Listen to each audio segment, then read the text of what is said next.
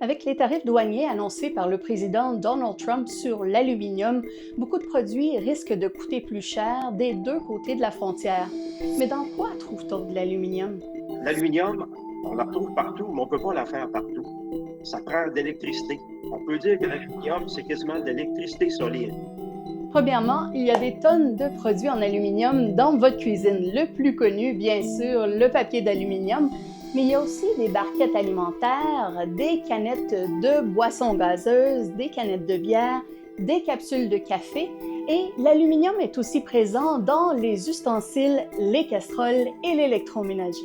C'est plus le consommateur qui va être affecté. Parce que l'aluminium, c'est un produit, ça devient un produit de consommation. On fait des voitures, on fait des canettes, on fait des emballages de chocolat. L'aluminium sert beaucoup dans le secteur du bâtiment.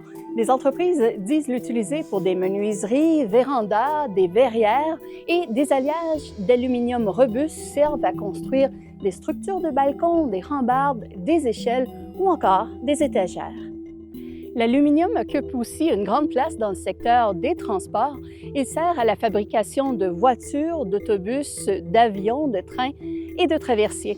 En 2022, la valeur des exportations canadiennes de produits d'aluminium était évaluée à 18,2 milliards de dollars. Les États-Unis étaient le principal destinataire de ces produits, avec 92 % des exportations totales, suivi du Mexique avec 3 % et de Hong Kong à 1 %. Malgré sa production importante d'aluminium, le Canada, lui aussi, importe des produits d'aluminium. En 2022, les importations étaient évaluées à 10,4 milliards de dollars, dont 41 % provenaient des États-Unis. Les tarifs douaniers américains inquiètent donc, entre autres, des brasseurs de la Colombie-Britannique parce qu'ils s'attendent à une augmentation du coût des canettes.